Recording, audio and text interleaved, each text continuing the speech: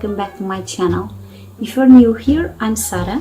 I usually make videos about books, about reading, about writing, about productivity and creativity. This week I have here kind of a book haul to share with you. I have bought a few books. Some I ordered online, others I picked up at my favorite bookstore. I have a few to share with you and maybe to give you some ideas of different things you can read and more thematically. So these are a few books with a few ideas for you to maybe pick one of these up and read something new. I hope you have a great time. If you have other books that you think I would enjoy reading, leave a comment down below. And as my daughters say, please mom, don't forget to say subscribe to the channel. So please subscribe to the channel if you find it interesting and useful. And I hope you enjoy. See you in a bit.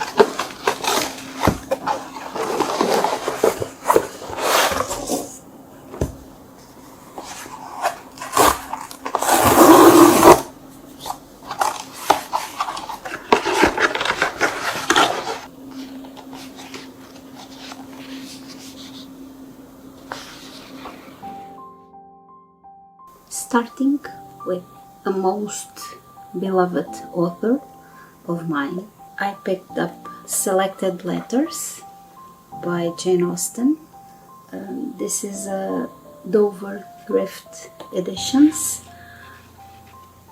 If you have seen other videos, you know that I have a special place in my heart for Jane Austen's works. And yes, I had read the letters of Jane Austen last year. I think it was last year that I bought this one, and that I have read and took some notes on it. But I saw this one by Dover Thrift Editions. And no, I'm not trying to collect different editions of the same works by Jane Austen, even though I find it the most pleasing hobby. So I will try not to do that, but I can't promise that I won't pick up beautiful editions. Okay, I'm a book hoarder.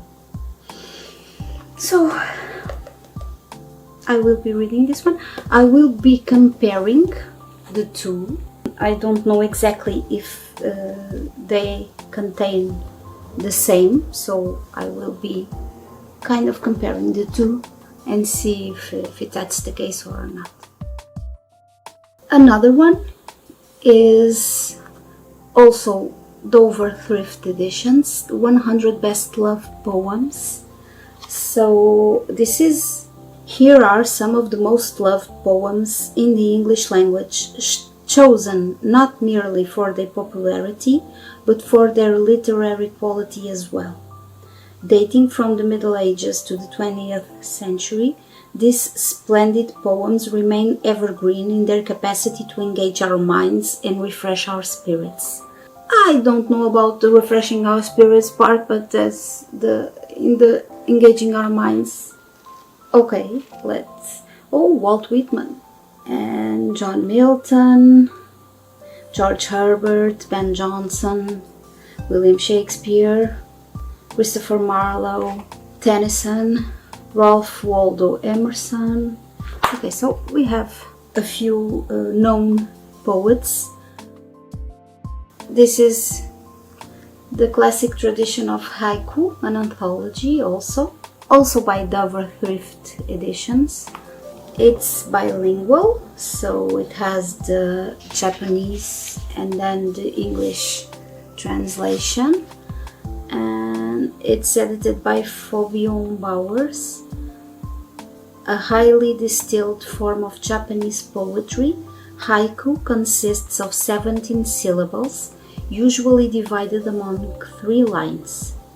Though brief, they tell a story or paint a vivid picture, leaving it to the reader to draw out the meanings and complete them in the mind's eye.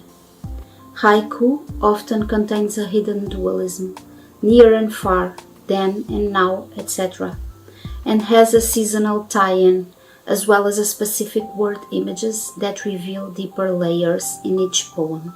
This unique collection spans over 400 years of haiku history by the greatest masters. Haiku commands enormous respect in Japan. Now, readers of poetry in the West can savor these expressive masterpieces. I'm excited to read this one. I have been curious, and then from this book hoard, I guess we can call it a hoard by now, I bought the Diary of Virginia Woolf. This is volume 3 from 1925 to 1930. I haven't read the previous diaries. There are 2 volumes before this one, but this one was in a very good price, and the other 2 weren't there at all, except on normal price. Usually I buy books when I can afford them, and then some of them I read almost immediately. Other ones, they get on the shelf waiting for another moment in time. I have been thinking about reading the Diaries of Virginia Woolf for a long time, for a few years now, and haven't been able to buy anything in a price that I can afford. I wasn't dazzled with Mrs. Dalloway, but I do like A Room of One's Own, and I have starting to read To the Lighthouse, which I have been kind of stuck in it also, but I do like the non-fiction writings of Virginia Woolf, and I can appreciate what she did in the fiction writings also, but I truly enjoy her more down-to-earth writing, so this will give me a bit of that since it's a diary. So on this group I also bought The Jungle Book by Rudyard Kipling. Kipling has one of my favorite poems of all times. I have been wanting to read this story and to have this story for my daughter to read in a few years, if possible. And I saw this edition. Yes, it's not a hardcover, it's a paperback, but it's so beautiful. It's so beautiful. And it has a little fox in here also. I wanted to read it, so I got it at a very good price. All of these books came at a very good price, and this is it. 5 books that I have bought and that have arrived last week. While I was out today, I went to one of my favorite bookstores here in Lisbon. I usually like to stroll there and look for big promotions, because they now have a few months from now. They have a little booth inside where they put all the handled books in the store, so that have been handled for a lot of people in the bookshelves, and some of them have some kind of damage. Some of them usually it's the book covers that aren't pristine. Most of them are fine for reading, especially for someone that okay, I enjoy a good cover, and especially if it's a book that I have been wanting to read, like this case. But I also in most books I prefer to read the content and to be able to have the copy and read the content, and I'm not so hung up on the cover and the outside and the particulars of how this cover is better than that one in this edition. No, I kind of stick with the not too small print inside, and kind of okay book. And usually I use these occasions to read something that I wouldn't pick up other way, so something that it's not my usual readings, because okay, we don't have a lot of money to spend on books every week, every month, and I do have to consider that when I go and buy a book full price, it's something that I really want and that I can't get any other way, because I kind of read a lot, and my budget for books, it's always a bit complicated, so I try to have this in mind. So not buy too many books, not buy too many books full price, to choose between those I can read in ebook form or in audiobook form, and those that I want to have a copy. This one I got today. This is a thriller by Thomas Harris. This was the creator of Hannibal Lecter, the well-known, worldly known character. The title is Carrie Mora. Clearly Thomas Harris sells his books with his name, not the book itself. Which is a strategy, is a marketing strategy. It kind of worked. I was in doubt if I wanted to read this one or not. It got approved by 3 factors. First was it was 70% off of full price. The second was it was Thomas Harris, so I do recall The Silence of the Lambs most vigorously, so it's interesting enough for me to give it a shot. And the third was because it's a genre that I usually don't pick up much.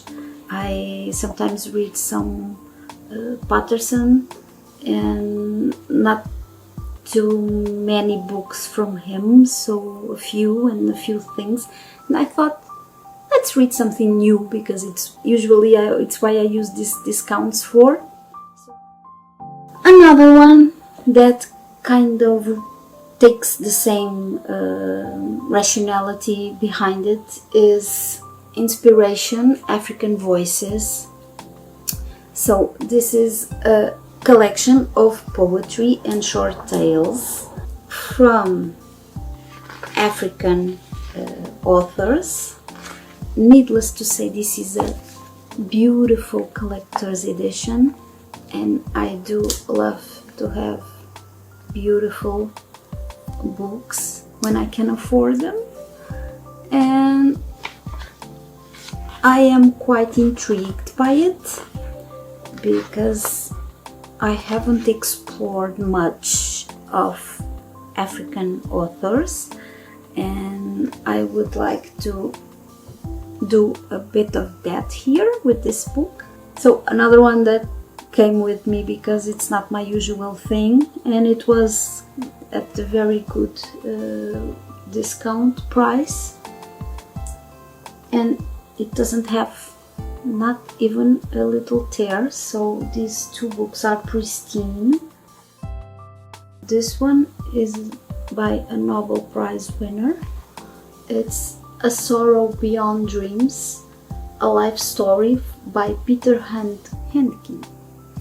This is an autobiographical work. This is about suicide.